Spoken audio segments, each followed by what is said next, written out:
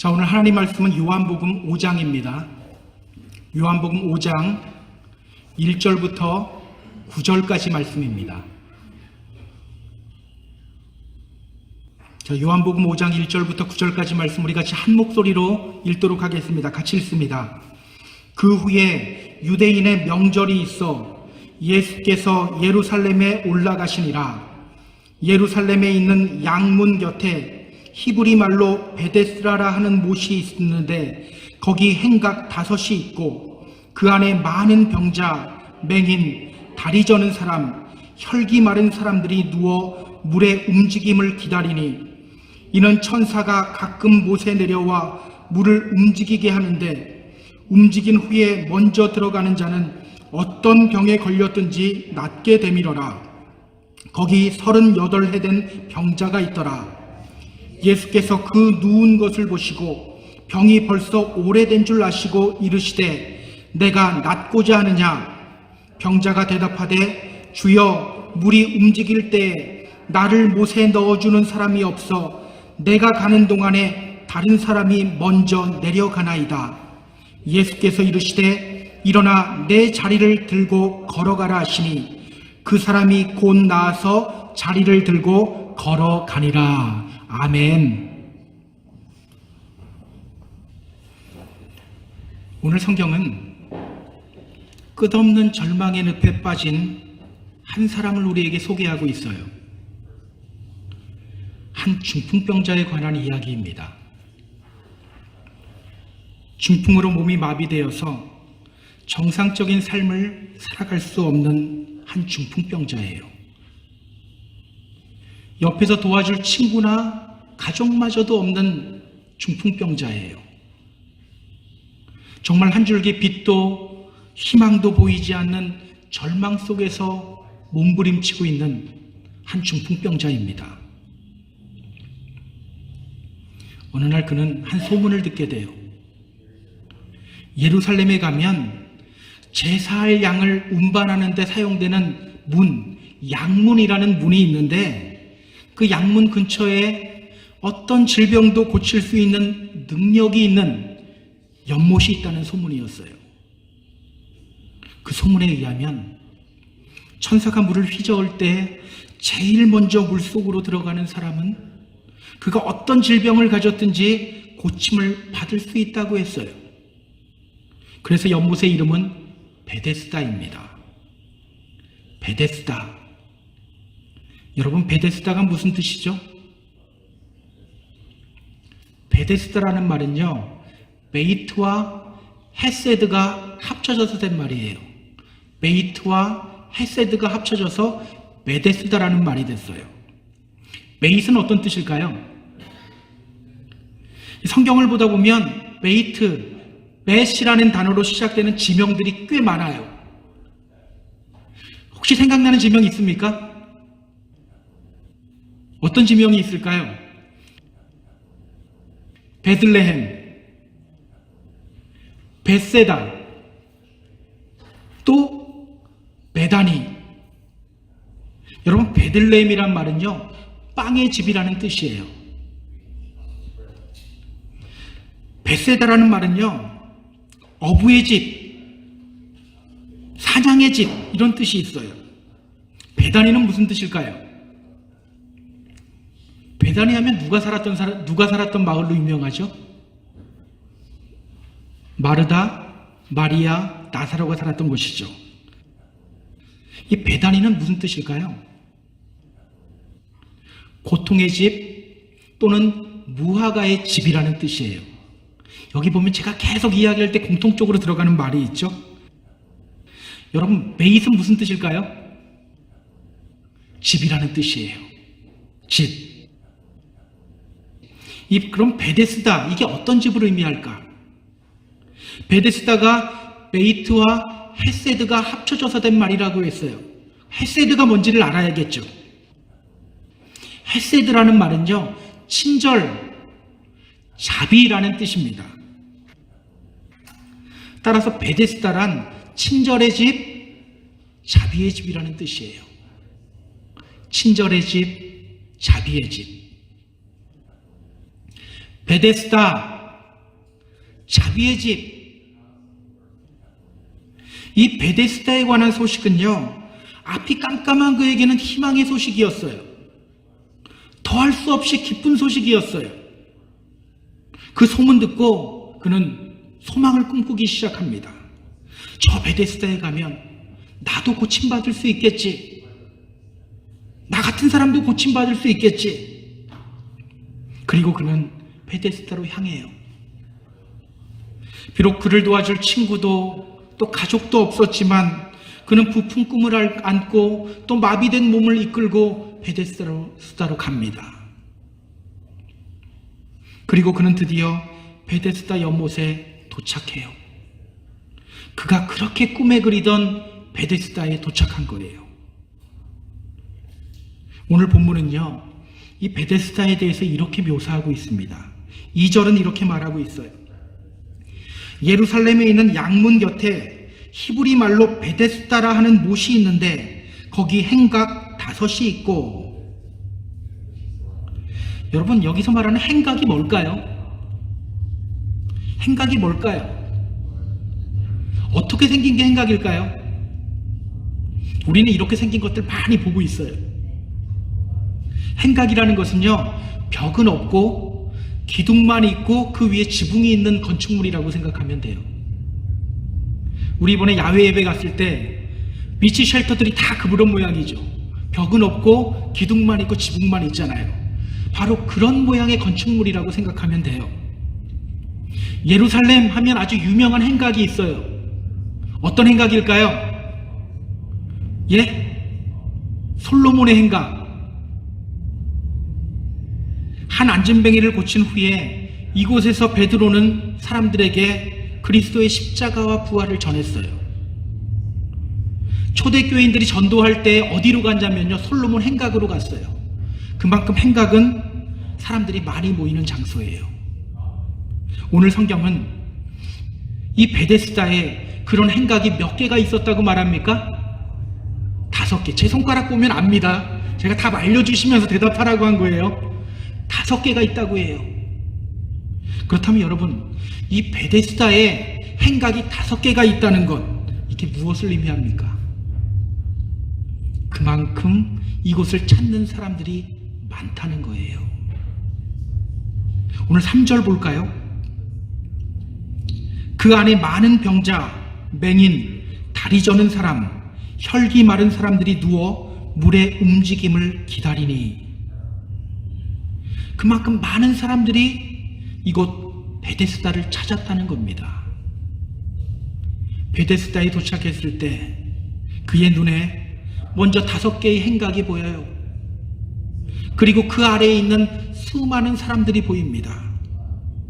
자세히 보니 자신과 모두 비슷한 처지에 있는 사람들이죠. 어떤 사람들은 누워있는 사람도 있었을 거고요. 어떤 사람들은 또 비스듬히 앉아있는 사람들도 있습니다. 또 어떤 사람들은 같이 온 가족들과 함께 이런저런 이야기를 나누고 있는 사람들도 있었을 거예요. 그는 그 많은 사람들 틈 속에 자기 짐을 풀고 자리를 잡아요. 그리고 물이 움직이기만을 기다립니다. 그의 눈은 희망의 빛으로, 또 그의 마음은 부푼 꿈으로 타오르고 있었어요. 얼마가 지났을까? 연못 속의 물이 서서히 움직이기 시작합니다. 그렇게 물이 움직이기 시작하자 그 자리가 순식간에 경쟁의 자리로 바뀌어버려요. 서로 먼저 들어가기 위해 빠른 속도로 물속으로 향합니다. 그 역시 그 틈에 끼어서 온 힘을 다해서 연못으로 기어가기 시작해요. 그러나 병고침 받는 사람은 오직 누구입니까? 가장 먼저 물속으로 뛰어든 한 사람, 그 한 사람뿐이에요. 그의 마비된 몸은 생각만큼 빨리 움직여지지 않아요. 더군다나 그에겐 도와줄 사람도 없어요. 결국 그보다 훨씬 나은 조건에 있는 다른 한 사람이 먼저 물속으로 들어가 버립니다. 아쉬움을 뒤로한 채 그는 다음 기회를 바라보며 자기 자리로 돌아가요. 아직 희망을 버리기에는 일러요. 그리고 다시 기다리기 시작합니다. 그러나 우리가 알듯이 그는 다음 기회에도 또 다음 기회에도 먼저 물에 들어가지 못해요. 그렇게 계속되는 실패 속에서 그의 병색은 점점 짙어지고 몸이 나을 수 있다는 그 희망의 빛은 점점 더 사라지기 시작합니다.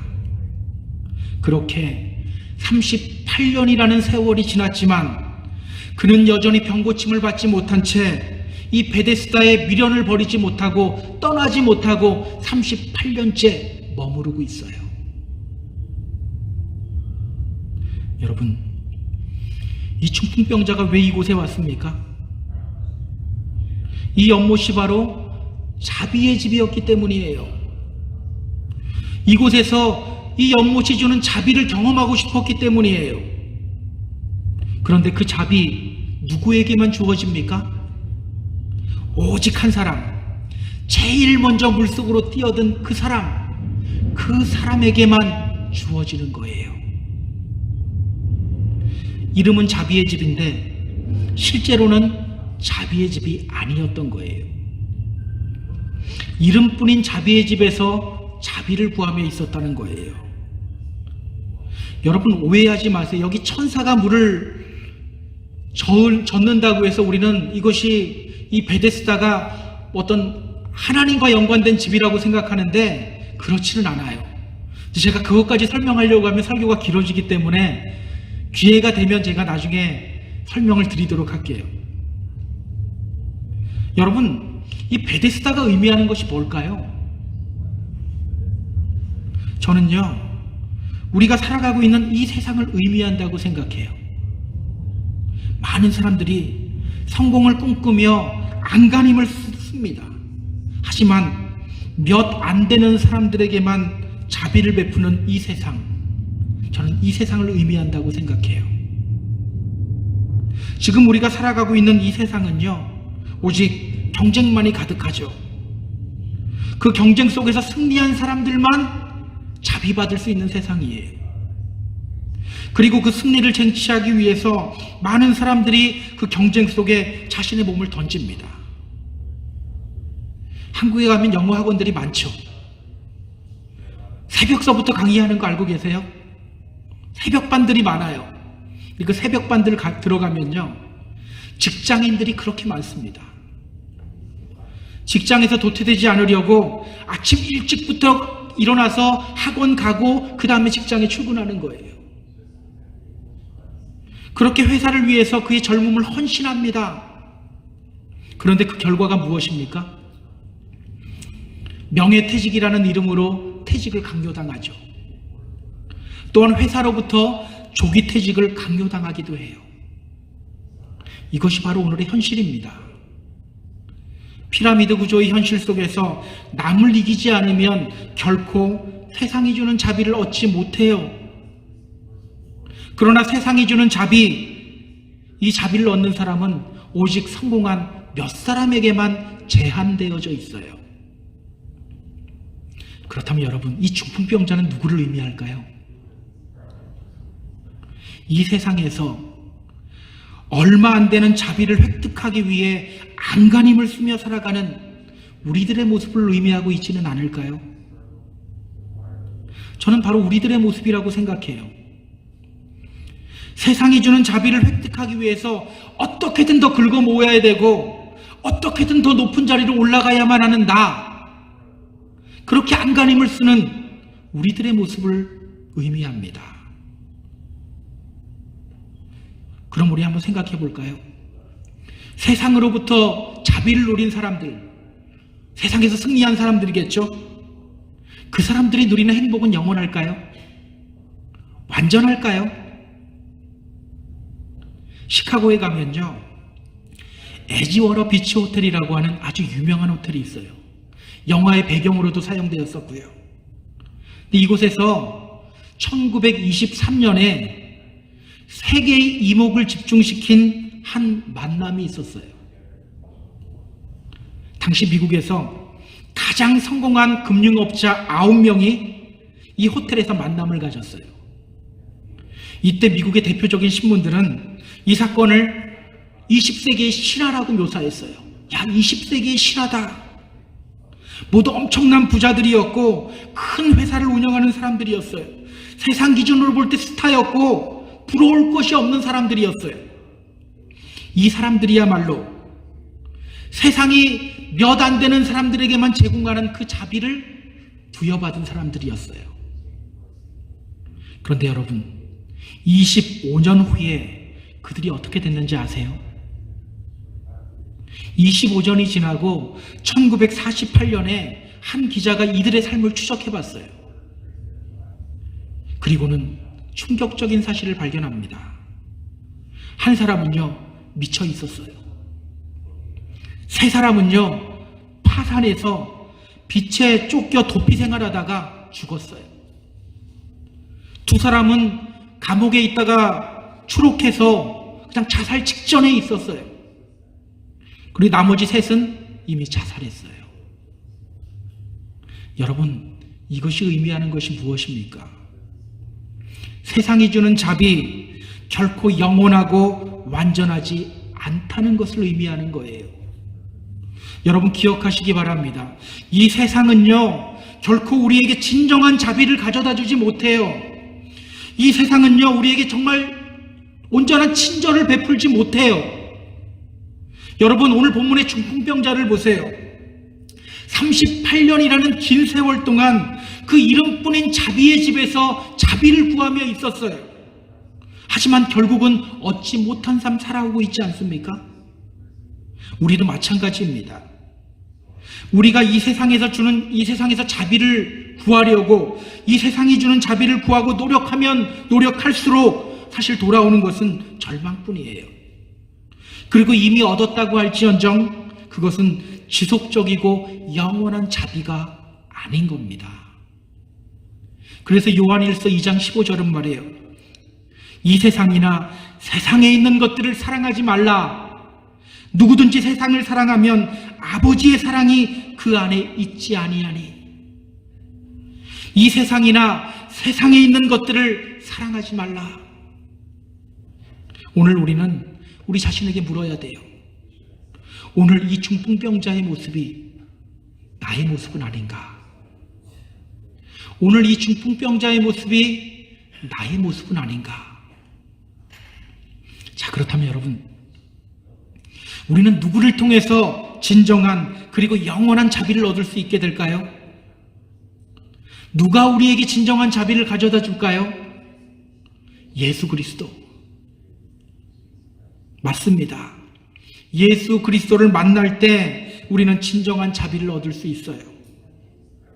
예수 그리스도를 만날 때 우리는 죄 용서를 받을 수 있고 은혜를 체험하게 되고 평화를 얻을 수 있어요. 혹시 예수 그리스도를 만날 때 돈 많이 벌게 되겠지, 그래서 여기 앉아 계신 분은 없죠? 예수를 만난 사람은요, 과거에 누구였든지 간에, 얼마나 큰 죄인이었든지 간에 죄 용서받고 은혜 체험하고 평화 누려요. 그래서 주님은 우리에게 말씀하셔요. 내가 곧 길이요 진리요 생명이니 나로 말미암지 않고는 아버지께로 올 자가 없느니라. 내가 곧 길이다, 진리다, 생명이다.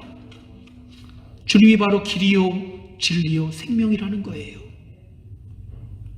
그리고 주님이 이 땅에 오신 목적에 대해서도 말씀하셔요. 내가 온 것은 양으로 생명을 얻게 하고 더 풍성히 얻게 하려는 것이다. 내가 온 것은 양으로 생명을 얻게 하고 더 풍성히 얻게 하려는 것이다. 주님이 이 땅에 오신 목적이 뭐라고 합니까? 우리를 살리시고 우리를 더욱더 풍성하게 하시기 위해서, 더욱더 풍성하게 하시기 위해서. 여러분, 오직 예수만이 우리에게 진정한 자비를 가져다 주시는 분이심을 믿으시기 바랍니다. 그러고 보면요, 이 자리에 앉아있는 우리들은 참 지혜로운 분들이에요. 참 행복한 사람들이에요. 세상이 주는 자비 구하지 않고 예수 그리스도께서 주시는 자비 구하려고 지금 이 자리에 나왔으니까 얼마나 지혜롭고 행복한 사람들입니까? 우리 옆에 분들 보면서 이렇게 한번 말해볼까요? 당신은 참 지혜로운 사람입니다.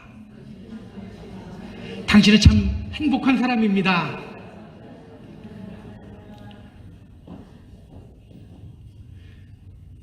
이제 제가 무슨 말 하려고 하는지 여러분 감이 옵니까? 문제가 있죠. 우리는 알아요. 주님만이 길이요 진리요 생명이요, 주님만이 나에게 자비를 베푸시는 분이십니다. 우리는 알아요. 근데 뭐가 문제죠? 교회도 나오고 예수님도 믿고 그 사실을 알고 있는데 그 자비를 누리지 못하는 경우가 많다는 거예요. 그 자비를 누리지 못하는 경우가 많아요.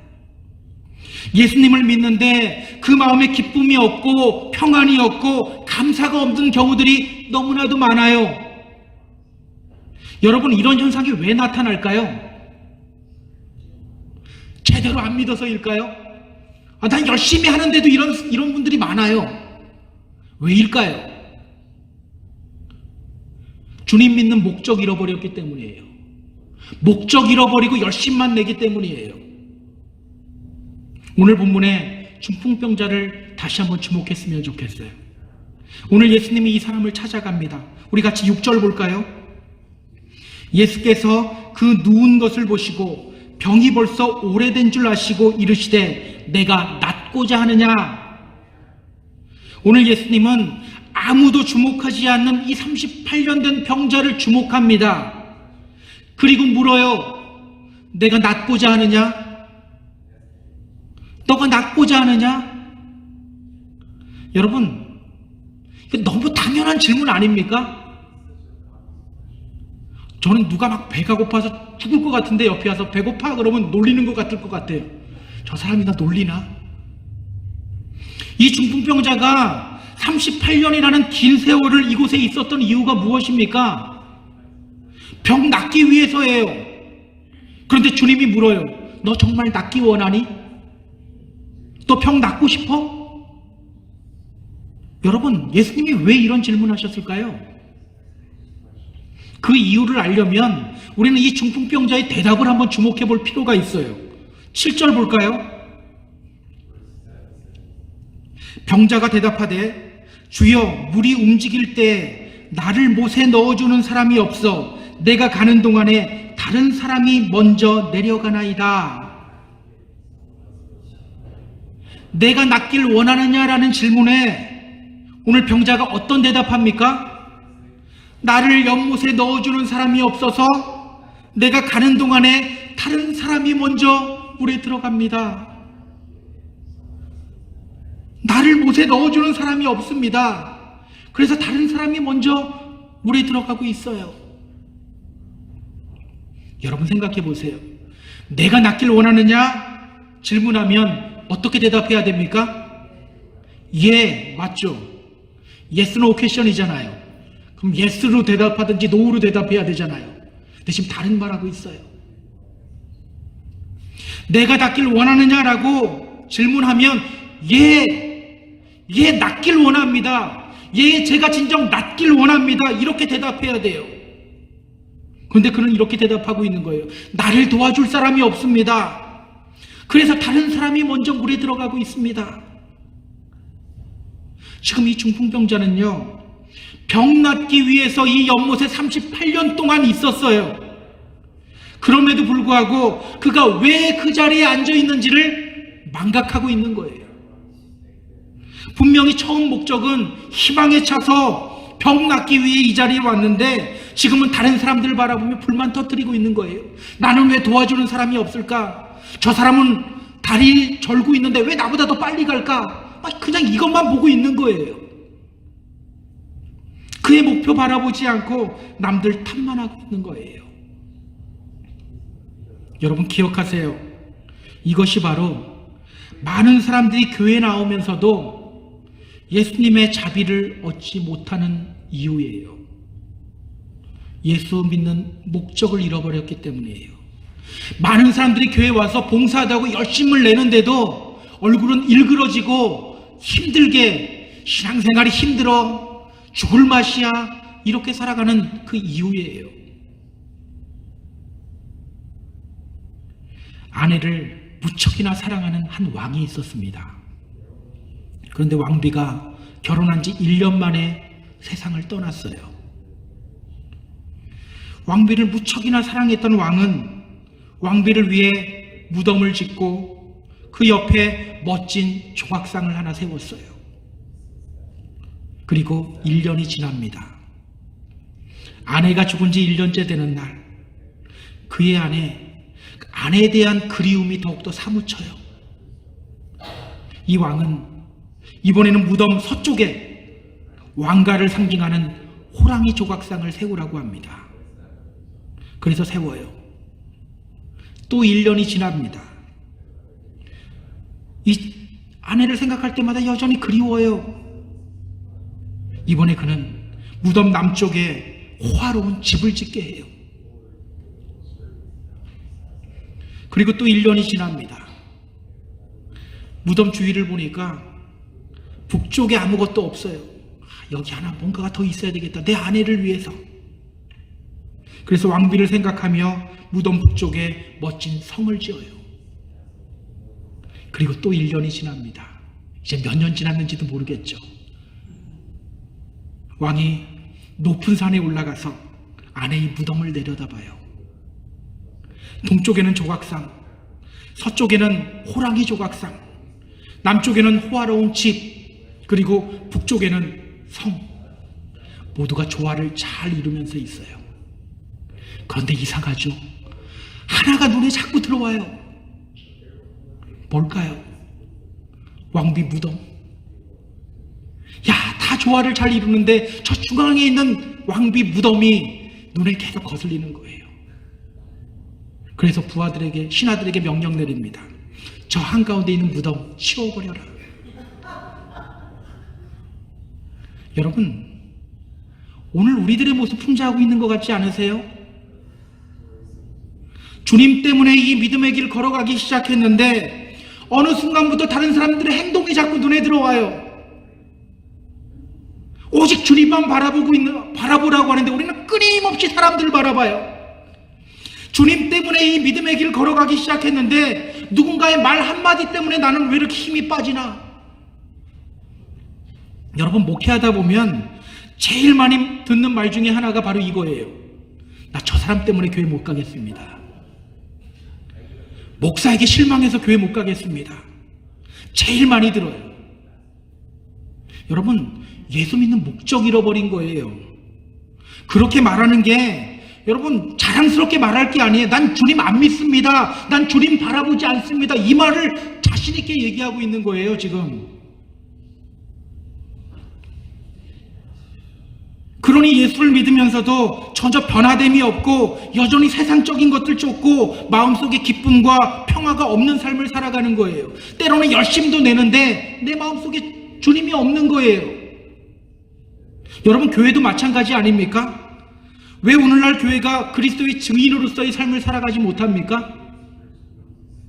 목적을 잃어버렸기 때문이에요. 성경은 말해요. 교회의 머리 누구라고 말합니까? 그리스도. 교회의 몸 누구라고 말해요?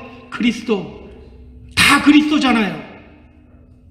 그런데 그리스도를 드러내는 교회가 아니라 멋진 건물 드러내고 화려함 드러내고 사람 숫자 드러내고 목사 드러내는, 그러다 보니까 그리스도를 드러내지 못하는 거예요. 힘이 없어지는 거예요. 어스킨 목사가 스코틀랜드에서 목회하던 시절에 스칼렛이라는 한 부인이 이 교회를 갔다가 목사님의 설교를 듣고 그날 큰 은혜와 감동을 받았어요. 다음 주에 또 갔어요. 근데 다음 주에 이 목사님의 설교를 들었는데 전혀 은혜가 되지 않는 거예요. 그녀는 예배 끝나고 목사님을 찾아갔습니다. 그리고 그 이유를 물어요. 지난 주일에 제가 목사님 말씀 듣고 큰 은혜 받았어요. 근데 오늘은 왜 목사님 말씀 듣고 은혜를 받지 못했을까요? 목사님 설교 준비 열심히 했습니까? 근데 그 말을 듣고 어스킨 목사가 이렇게 대답합니다. 지난주에 당신은 예수님 만나려고 왔기 때문에 신령한 은혜 받은 거예요. 하지만 오늘 날 보려고 왔기 때문에 당신은 은혜 받지 못한 겁니다. 여러분, 목적이 정확해야 돼요. 목적이 정확해야 합니다. 이사야 43장 21절은 하나님이 우리를 창조하신 이유와 목적에 대해서 이렇게 말씀하고 있어요. 이 백성은 내가 나를 위하여 지었나니 나의 찬송을 부르게 하려 함이라. 이 백성은 내가 나를 위하여 지었나니 나의 찬송을 부르게 하려 함이라. 결국 우리의 삶의 목적은요, 남들보다 잘 사는 것이 되어서도 안 돼요. 남들보다 인정받는 자리에 올라가는 것, 이것이 되어서도 안 되는 거예요. 무엇이 되어야 됩니까? 하나님과의 올바른 관계 속에서 하나님을 섬기는 삶, 이것이 우리 삶의 목적이 되어야 된다는 거예요. 여러분, 공부하는 학생이 목적을 잃어버렸어요. 그리고 책상에 오래 앉아 있어요. 오래 앉아 있는다고 공부 잘합니까? 우리 아닌 거 다 알잖아요. 마찬가지예요. 우리가 신앙생활하는 목적을 정확하게 인지하지 않으면 우리는 다른 데 신경 쓰고 다른 사람 신경 쓰다가 결국은 믿음이 흔들리고 믿음 포기하는 삶, 그런 인생을 살아갈 수밖에 없게 되는 거예요. 오늘 우리는요, 아주 심각하게 우리 자신에게 물어야 돼요. 내가 교회 나가는 목적이 무엇인가? 내가 왜 지금 주님을 믿고 있는가? 내가 왜 이 시간에 예배하고 있는가? 고린도후서 13장 5절은 말합니다. 너희는 믿음 안에 있는가? 너희 자신을 시험하고 너희 자신을 확증하라. 우리가 믿음 안에 있는지 우리 자신을 항상 시험하고 확증해야 된다고 말해요. 오늘 우리는 우리 자신이 정말 온전하게 믿고 있는가? 내가 목적 제대로 잡고 나아가고 있는가? 확인해야 합니다. 오늘 예수님의 질문, 내가 낫길 원하느냐? 이 질문은요, 바로 이 중풍병자의 목적을 일깨워주기 위한 질문이었던 거예요. 너 왜 여기에 있니? 너 처음 목적 기억하고 있니? 주님은 이 중풍병자의 목적 잃은 삶을 보신 거예요. 목적을 망각하고 사소한 일에 더 신경 쓰면서 의미 없는 삶을 살아가고 있는 이 중풍병자의 목적 잃은 삶을 보신 거예요. 그리고 그 목적을 일깨워 주시는 겁니다. 그렇게 목적을 일깨워 주신 후에 주님이 말씀하시죠. 일어나 내 자리를 들고 걸어라. 일어나 내 자리를 들고 걸어가라. 그리고 그는 즉시로 나와서 자기 자리를 들고 걸어갑니다. 저는 오늘 우리들에게도 이와 같은 일이 일어났으면 좋겠어요. 오늘 예수님도 우리들에게 똑같은 질문 던지고 계셔요. 너 왜 나를 믿고 있니? 너 죄사함 받기를 원하니? 은혜 받기를 원하니? 세상이 줄 수 없는 참 평안, 내가 주는 평안 너가 정말 누리기를 원하니? 그리고 말씀하셔요. 일어나 내 자리를 들고 걸어가라. 일어나 너의 자리를 들고 걸어가라. 여러분, 이 명령에 아멘으로 응답하시는 저와 여러분 모두 되기를 주님의 이름으로 부탁드립니다. 오늘 말씀을 좀 정리해 볼게요. 38년이라는 긴 세월 동안 자비를 경험하지 못한 이 사람은 예수님을 만남으로 인해서 한순간에 그의 삶이 바뀌었어요. 영원히 병에 걸린 상태로 살아가야 할 것 같았는데 예수님을 만남으로 인해서 한순간에 그의 병이 말끔히 나왔어요. 오늘 이 사실을 여러분 가슴속 깊이 기억하시기 바랍니다. 우리에게 참 자비를 가져다 주실 분은 오직 예수 한 분이다. 다른 데 가서 기웃거리지 말자. 오직 예수님이다. 사람에게 줄대려고 하지 말자. 오직 예수님이다. 물질 때문에 너무너무 아웅다웅하지 말자. 오직 예수다. 그 주님이 오늘 우리에게 목적을 일깨워 주시고 계셔요. 너가 정말 은혜 받기 원하니? 너가 정말 내가 주는 자비를 체험하길 원하니? 일어나 너 자리를 들고 걸어가라. 여러분, 그 명령에 아멘, 아멘, 아멘이라고 응답하시고 일어나 달려나가시는 저와 여러분 모두 되기를 주님의 이름으로 부탁드립니다.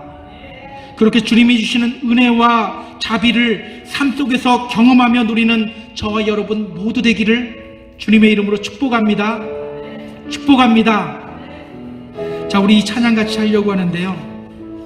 주께 가까이 날 이끄소서 간절히 주님만을 원합니다. 우리가 이 시간 이 찬양하면서 주님, 이제는 다른 데로 흘렸던 나의 눈들 우리가 주님께로 집중하기를 원합니다. 믿음의 주요 또 온전하게 하시는 이인 주님 바라보며 우리가 나아가겠습니다. 그렇게 주님이 주신 자비 우리가 경험하기를 원합니다. 우리가 이 찬양하며 고백하며 나아갑니다. 주께 가까이 날 이끄소서 간절히 주님만을 원합니다. 채워주소서 주의 사랑을 진정한 찬양 드릴 수 있도록 다시 한번 주께 가까이 주께 가까이 날 이끄소서 간절히 주님만을 원합니다. 채워주소서 주의 사랑을 진정한 찬양 드릴 수 있도록 목마른 나의 영혼 주를 부르니 나의 맘 만져 주소서. 주님만을 원합니다. 더 원합니다. 나의 맘 만져. 우리 한 번 더 찬양할까요? 주께 가까이 날 이끄소서. 주께 가까이 날 이끄소서 간절히 주님만을 원합니다. 채워주소서 주의 사랑을 진정한 찬양 드릴 수 있도록 목마른 나의 영혼 주를 부르니 나의 맘 만져 주소서. 주님만을 원합니다. 더 원합니다. 나의 맘. 우리 한 번 더 통포하며 나갑니다. 목마른 나의 영혼 주를 부르며 나갑니다. 나는 나의 영혼 주를 부르니 나의 맘 만져 주소서. 주님만을 원합니다. 더 원합니다. 나의 맘. 우리 한 번 더 선포할까요? 목마른 나의 영혼 주님의 이름을 부릅니다. 목마른 나의 영혼 주를 부르니 나의 맘 만져 주소서. 주님만을 원합니다. 더 원합니다. 나의 맘 만져 주소서. 자, 우리 음악 계속해 주시고요. 우리 함께 기도할게요. 주님, 오늘 이 시간 우리가 다른 곳 바라보고 사람 바라보고 어떤 다른 곳 바라보고 있었던 우리의 눈들, 우리 믿음의 주요 또 우리를 온전케 하시는 주님 바라보며 나아갑니다. 주님께 집중하겠습니다. 그렇게 우리에게 은혜 베푸시고 우리에게 자비 베푸시고 우리에게 기쁨과 평화 주는 그 주님 바라보며 우리의 목적을 다시 일깨우며 나아가겠습니다. 이 시간 우리가 결단하며 기도하며 나아갑니다. 기도합니다.